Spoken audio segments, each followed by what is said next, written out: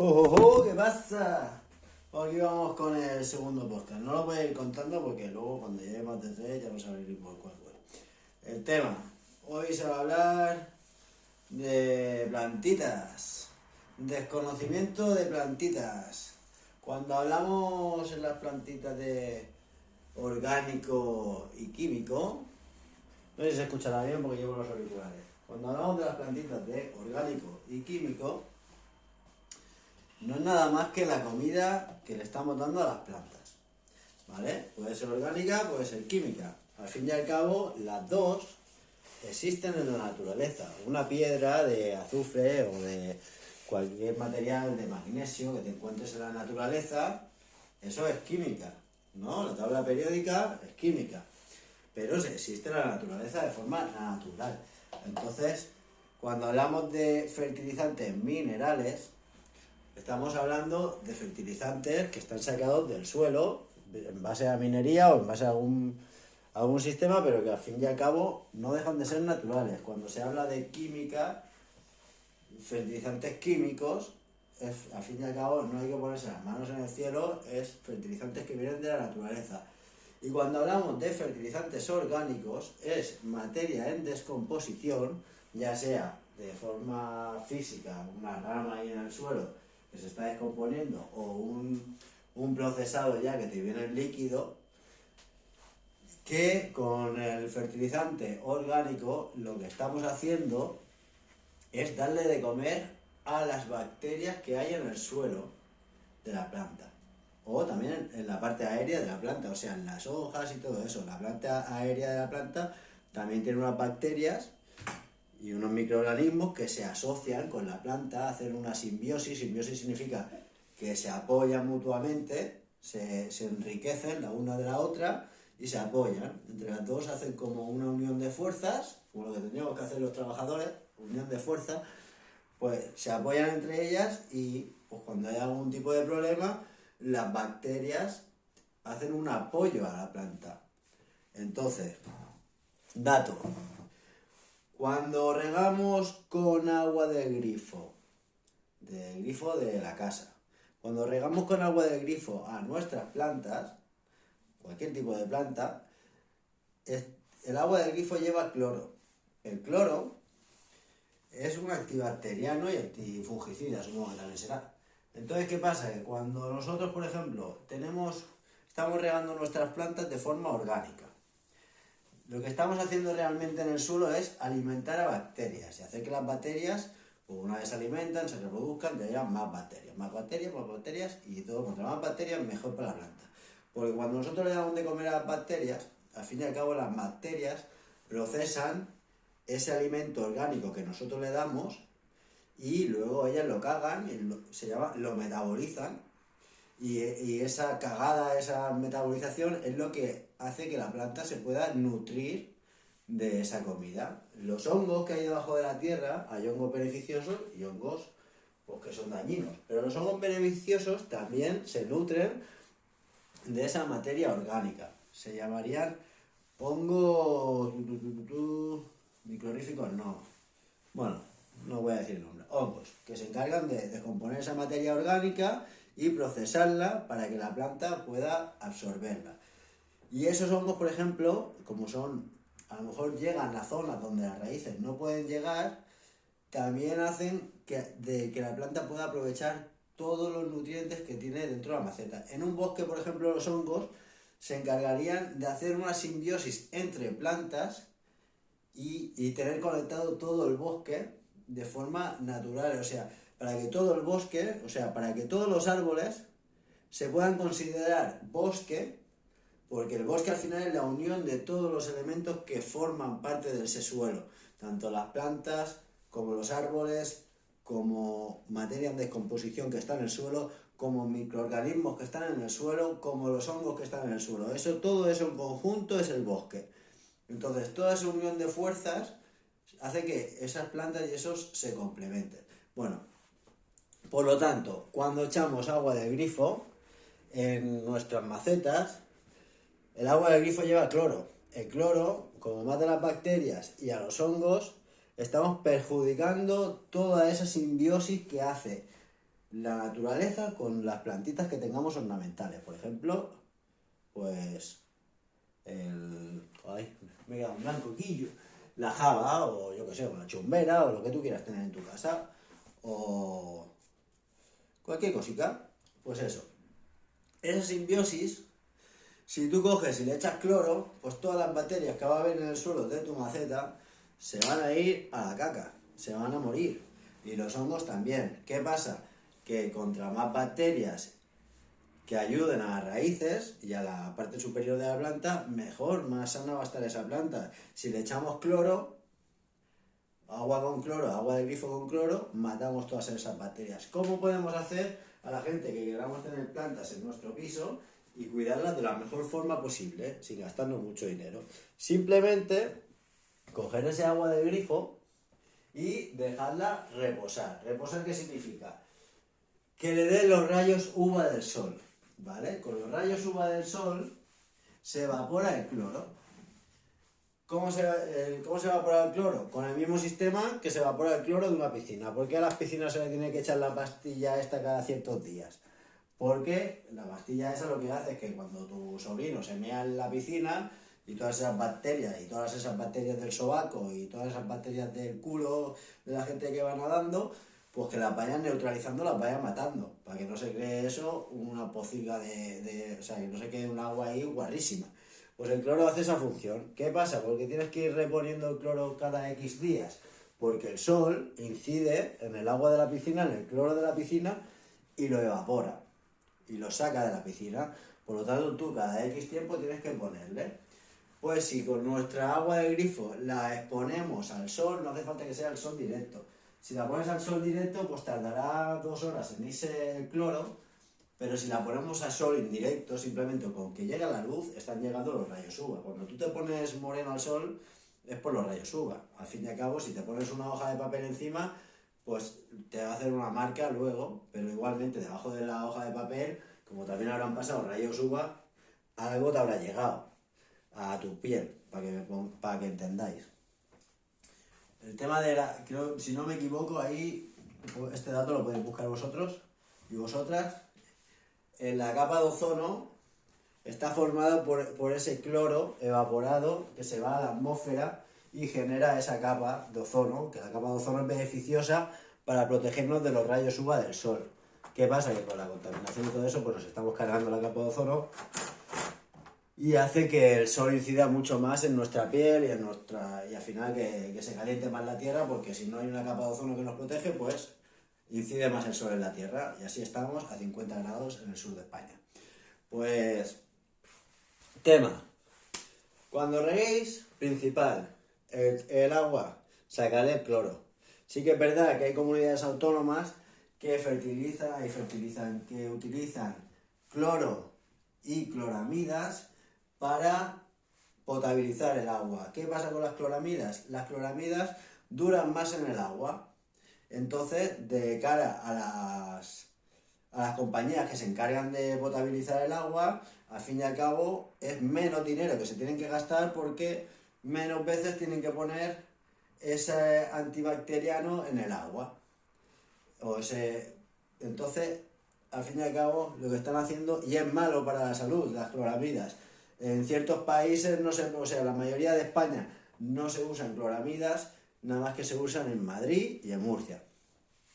En Estados Unidos, por ejemplo, también se usan cloramidas, pero no les dejan poner cierta cantidad, no dejan que sobrepase cierta cantidad, porque saben que es mala para la salud de los seres humanos. Igual que mata las bacterias del sustrato de tus plantas, también está matando las bacterias de tu cuerpo beneficiosas, ¿sabes? O sea, nosotros dentro también tenemos bacterias. Entonces, aquí en España, pues tendría que mirarse un poquillo a ver qué está pasando en Madrid y en Murcia, para meterles un palo por eso, porque al final la salud de los que están en juego somos de los ciudadanos que bebemos agua de grifo. Y bueno, ya no que bebemos agua de grifo, sino que cocinamos con ese agua. ¿Qué más? ¿Por dónde iba? Vale, ya sé por dónde iba. Las cloramidas es cloro combinado. Por ejemplo, si tú te miras en análisis del agua del grifo, coges, yo qué sé, agua del grifo de la Comunidad de Madrid y análisis. Entonces verás unas gráficas, te costará un poco encontrarlo, pero lo encontrarás. Son unas gráficas, como, sí, unas gráficas y te dice pues la composición del agua, pues que lleva azufre, lleva magnesio, lleva cloro simple y cloro combinado. Las cloramidas es el cloro combinado. Entonces así podrás ver si tu comunidad autónoma o tu país o lo que sea tiene cloro combinado en el agua que te llega a ti, a tu boca, a tu grifo. Y de esa manera podrás diferenciar y podrás calcular si ese agua es mejor para el riego o no. Ese cloro combinado no deja de ser cloro con amonio. El amonio, por ejemplo, se genera mucho en las granjas, donde se generan filtraciones, por ejemplo, en las balsas de purín de cerdo, que es la mierda de cerdo mezclado con la orina de cerdo, muchas veces la almacenan en balsas o en piscinas. Esas piscinas tienen filtraciones que al final acaban en los acuíferos. Los acuíferos están comunicados con los ríos. Y si en tu comunidad autónoma tienes bastantes cloramidas, es posible que haya muchas granjas y que esas granjas estén afectando al suministro, o sea, a los ríos o a los acuíferos. Y por eso a ti te acabe llegando tanta cantidad de amonio, de cloramida, de amoníaco con cloro al agua de tu grifo. Y que no simplemente sea que lo estén añadiendo las plantas de potabilización. Entonces, estas dos cosillas, también las cloramidas y el cloro, hacen que suba el pH del agua.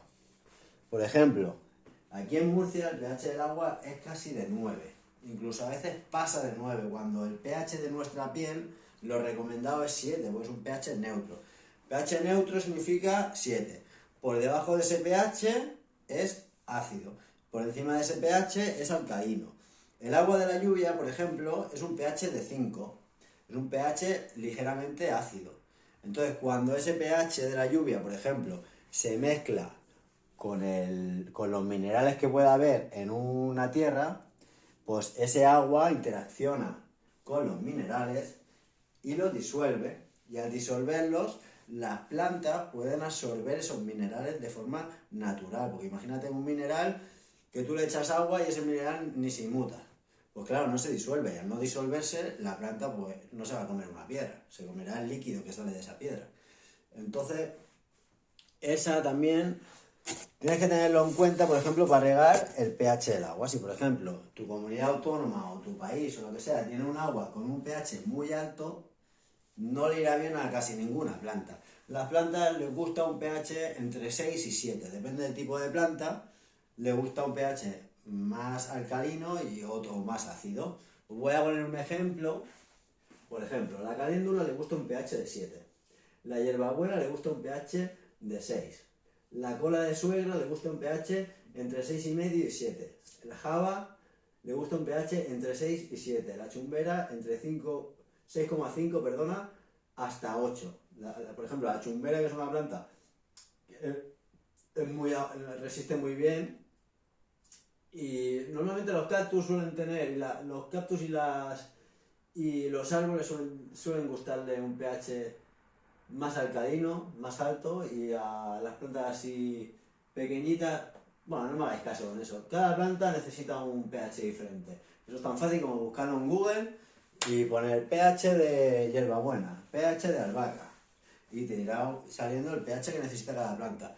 Los sustratos, la tierra, también tiene un pH, no es lo mismo coger, imagínate, pinocha, dejarla compostar y luego utilizarla de sustrato, porque si miras el pH a lo mejor de la pinocha tiene un pH de 8, y si miras un pH de la fibra de coco tiene un pH de 7, entonces eso, pues depende de qué tipo de planta, necesitará un pH u otro. También las plantas tampoco tiene la misma capacidad de retención de agua, pues me lo invento, la pinocha, que la arcilla, que un sustrato de coco o que la turba.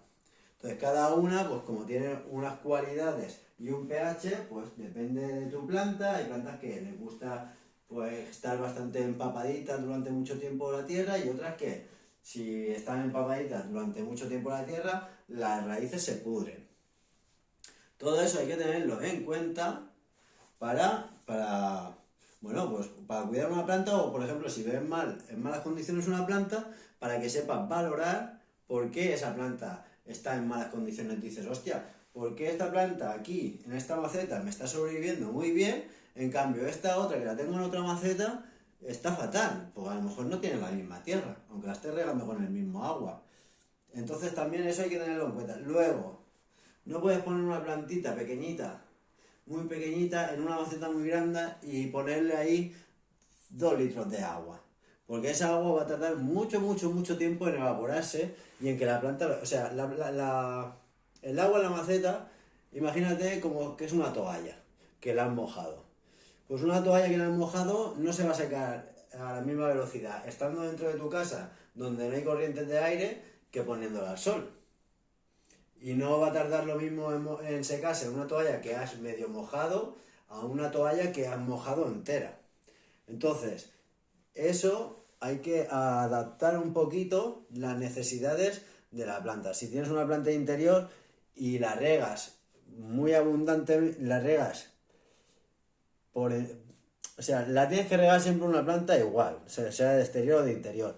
Pero ahí verás que la de exterior, si le toca mucho el sol, te pedirá que le riegues más a menudo.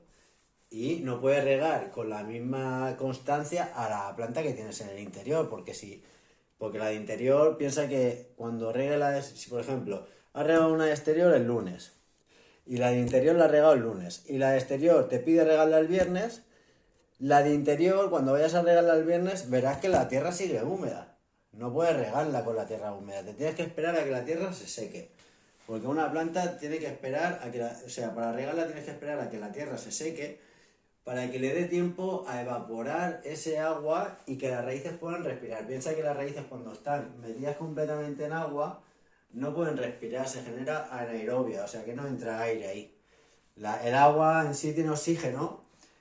Una vez ya se mete dentro de la tierra, se va consumiendo por la planta y se agota el oxígeno y ya se queda todo empapado y no entra más oxígeno ahí, hasta que no vuelves a regar o se evapora todo el agua que tiene la maceta. Por lo tanto, cuando te pongas a regar la maceta, pongamos que la maceta es de 4 litros. Tú tienes que regarla con 1 litro, un cuarto de lo que es la cantidad de tierra que tiene la maceta.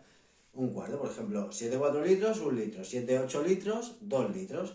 Siempre esa cantidad, nunca te vas a pasar de regar. Puedes regarla hasta con 20 litros si te da la gana, aunque sea de 4 litros, pero bueno, estarás tirando agua porque te va a salir toda por debajo. Lo suyo también es poner un platito y así, aunque la tires toda de golpe, como tú sabes que cada 4 litros tienes que regar uno, aunque se la tires toda de golpe, pues luego la va a reabsorber por el platito que le pongas abajo. Y si puedes hacer eso, bueno, no voy a poner otro ejemplo, que eso ya es hablar de otra cosa. Bueno, vamos otra vez con el tema de los minerales químicos. Minerales, pues ahora que sabemos de lo que hablamos, minerales, químicos, la química es la tabla periódica. Pues cuando hablamos de minerales, tú por ejemplo, si estás regando una planta en tu casa con agua del grifo, sin dejar evaporar el cloro ni nada, realmente todas las bacterias que haya dentro de la tierra estarán muertas, no habrá bacterias, casi nada, ni hongos, ni nada. O sea, la planta tendrá bastantes papeletas a pillar alguna enfermedad, porque no hay hongos, o sea, los hongos buenos, las micorrizas que se asocian con las raíces, al final lo que están haciendo es una asociación con la planta. Si tú le echas agua con cloro, están matando toda esa vida que hay aparte en la maceta. Entonces, cuando venga un patógeno externo malo para la planta, no va a haber patógenos buenos que luchen contra ese patógeno. Entonces, al final, si regamos cuando toque, bueno, si regas cada día una maceta es que algo estás haciendo mal, porque no tienes que regar cada día una maceta. La maceta se riega cuando tú coges una maceta, cuando la has regado al máximo con un cuarto de la capacidad de la maceta en agua, y tú la sostienes y la tienes que pesar con tus manos y decir, pues mira, esto pesa aproximadamente pongamos un ejemplo, esto pesa 1 kilo. Pues la maceta, ahí sabes realmente lo que es una maceta completamente empapada. Pues cuando esa maceta no pese, es cuando la tendrás que regar. También puedes meter el dedo un par de centímetros y notar a ver si notas humedad. Pero el tema este de sostener la maceta y pesarla es uno de los mejores ejemplos que puedes usar para saber si la maceta sigue húmeda o no sigue húmeda. Por otro lado, si hablamos que si la estamos regando con agua de grifo sin evaporar el cloro, estamos matando todas las bacterias que hay en el suelo. Entonces, si regamos con fertilizante orgánico, no hay bacterias que hagan el trabajo de transformar el fertilizante orgánico en mineral para que la planta lo pueda absorber. Entonces, puede ser que generemos algún tipo de problema en la maceta porque al final estás echando materia en descomposición que se va a pudrir porque no hay bacterias que se dediquen a procesarlo. Pero si estamos fertilizando con abono químico, o las bolitas esas que venden así azules, que eso es nitrógeno, potasio y fósforo, que serían los macronutrientes. Los macronutrientes son los que la planta necesita en gran cantidad, nitrógeno, potasio y fósforo. Y los micronutrientes pues son otros, el calcio, me los invento, el magnesio y otros un montón de micronutrientes que hay. Y luego hay micronutrientes complementarios, que si te compras un fertilizante de crecimiento, por decirte, o de floración, pues ya ese fertilizante tendrá sus micronutrientes y sus macronutrientes ya habrán hecho como la receta perfecta para que tú no te tengas que complicar la cabeza. Pero si lo haces de forma autónoma, pues tendrás que saber que existe ese tipo de fertilizantes, ese tipo de contenido en los fertilizantes. Macronutrientes, la planta los consume en gran cantidad, por eso macro, de grande. Micronutrientes son los que la planta consume en pequeña cantidad, por eso se llama micronutrientes. De micro, como de micropene. Pues bueno, el tema, que si tú lo estás regando con fertilizante químico, pues realmente no estás dando de comer a las bacterias que hay en el suelo.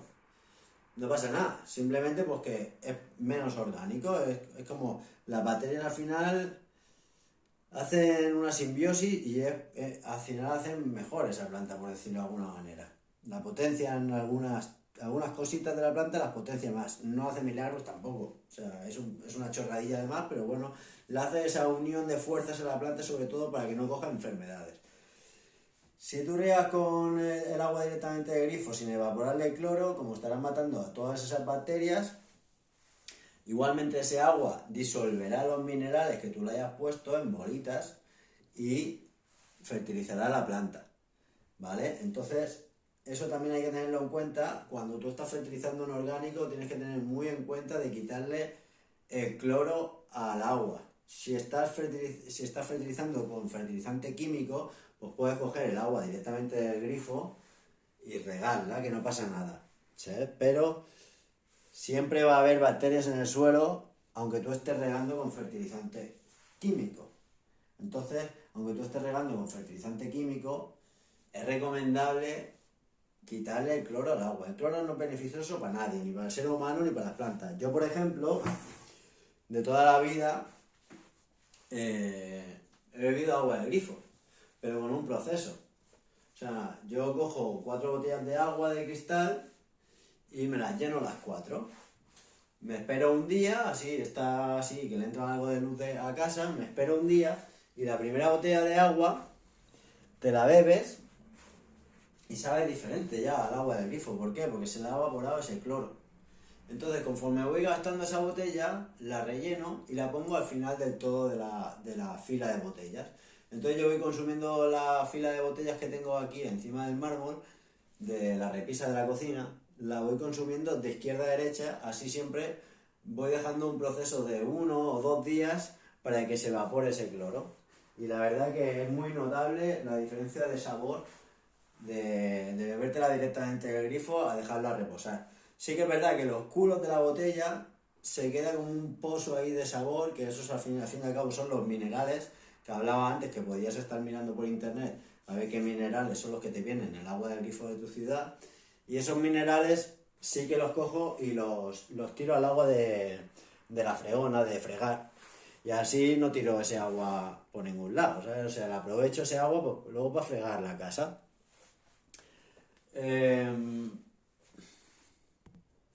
Por otro lado, beber agua del grifo no es malo, también hay algunas cosas del grifo que no son buenas beberlas, pero sí que es verdad que el grifo tiene muchos nutrientes, el agua del grifo. Lleva hierro, lleva zinc, lleva varias cosas que para el cuerpo le pueden ir bien. ¿Qué pasa, por ejemplo, si pones un filtro de osmosis en tu casa? Que le estás quitando todos esos minerales, le estás quitando el cloro, que es malo, pero también le estás quitando todo el resto de minerales. Y eso, al fin y al cabo, tu cuerpo se complementa de esa serie de minerales, los necesita. Si no los estás cogiendo del grifo, pues supongo que al cabo del tiempo tendrás deficiencia de algún tipo de mineral y te tendrás que tomar suplementos. Entonces, yo creo que por aquí el próximo podcast hablaré de cómo afecta a la planta la carencia de minerales y cómo poder detectarlo y cómo actuar un poquillo para darle solución. Entonces, bueno, eso que... ¡Suscríbete! Y poco más. Suscribe y comparte, que la gente no tiene ni pajolera idea y hay que informar a la people. Y cualquier cosa que me queráis rebatir, pues me lo ponéis en los comentarios y así aprendemos todos y todas. Y todes. Y las mariposas también, si quieren aprender, que aprendan.